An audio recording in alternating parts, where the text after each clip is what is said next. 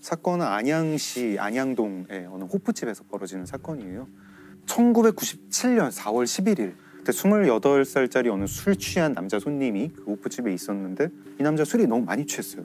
많이 취해가지고 행패를 부리니까 아주머니가 이제 좀 가라고, 정신 차리고 가라고 이렇게 얘기를 했는데 그 남자 손님이 그 순간 이제 확 정신이 미쳐서 그 호프집 주방에 있는 식칼을 들고 와서 아주머니를 마구 찌르고 마구, 그리고 도망을 가요.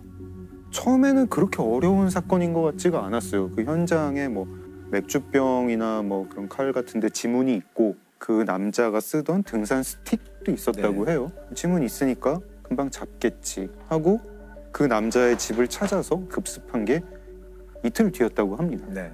이틀 뒤에 남자는 거기 없어요. 사실은 남자는 그때 한국에도 없었어요. 벌써 이틀밖에 안 되는데. 네, 이 남자는 1991년에 미립국을 한 중국 동포였어요. 중국 동포였는데 예, 한국에서 이제 전기 설비 공사를 하면서 돈을 벌었다고 해요. 이 남자는 사람을 그렇게 살해한 직후에 자기 집에 돌아가자마자 1시간 만에 짐을 챙겨가지고 인천으로 가요. 인천항에 이제 출입국 관리소가 있거든요. 거기 갑니다. 가서 죄송합니다. 제가 불법 체류자예요. 지금 아버지가 임종 직전이에요. 근데 중국 돌아가야겠어요. 이렇게 얘기를 해요. 그때 우리나라에 출국 명령 제도라는 게 있었어요. 불법 체류자가 와서 자기가 불법 체류자인 거를 고백을 하면은 과태료만 조금 매기고 보내주는 돌아가게 해줘요. 네. 어떻게 보면은 이 남자의 도피를 한국 정부가 도와주는 거예요. 그러네. 네. 야, 근데 허망하게 빠져나갔네요. 허망하게 빠져나갔죠. 네. 중국에서 뭐 이것저것 또 뭐 사업을 하면서 있었다는데 잘 안 됐나 봐요. 네네. 그래서 다시 미립국을 합니다.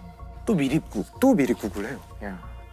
원래 이 사람이 강모 씨인데 이모 씨라는 신분으로 미립국을 해요. 그리고 계속 자기 기술을 가지고 사업도 하고 직원도 10명 가까이 두고 잘 됐다고 해요. 잘 됐다고. 잘 됐는데 2011년에 한국 법무부가 잠깐 동안 어떤 제도를 시행을 해요. 네. 재외동포 고충 해결. 불법 체류자가 자진 신고를 하면 외국인 등록을 해준다. 그래서 이 사람은 외국인 등록을 해서 이제 불법 체류가 아닌 그냥 한국 거주 중국 동포. 신분 세탁을 한 거네요. 신분 세탁을 한 거죠. 야. 네. 그리고 결혼도 하고. 진짜 네. 허술했네요, 우리나라가 진짜. 허술했죠. 네. 허술했고 이게 사실은 어떤 그 제도의 미비점이 몇 가지가 이제 이 사람이 악용을 한 건데 이게 이 사람이 이제 너무 안심을 했나 봐요. 어느 날 지인과 술을 마시다가 자랑을 한 거예요. 내가 옛날에 한국 사람을 죽인 적이 있다. 꼭 이런 일이 생기죠. 야, 내가 옛날에 사람 죽였다? 뭔 소리야. 허풍을 치고 있네. 그 순간에는 별 생각이 없었대요. 그런가 보다 했는데 이게 TV 프로그램에 나온 거예요. 1997년 안양 호프집 여주인 살해 사건. 이제 범죄를 다루는 TV 프로그램에 나온 거예요. 그래서 그 지인이 그걸 보다가 이게 그 사람이 해준 얘기랑 너무 비슷해서 경찰에 신고를 해요. 경찰에 신고를 해서 그 사람 중국에 아니고 지금 한국에 있는 것 같다고. 그래서 경찰이 그 신고를 받고 보니까 이게 좀 신빙성이 있는 것 같다 하고 수사에 착수를 합니다. 그 강모 씨라고 하는 사람의 어머니가 한국에 살고 있다는 건 알고 있었고 그 어머니의 전화 통화를 추적을 해보니까 계속 어떤 사람이랑 자주 통화를 해요.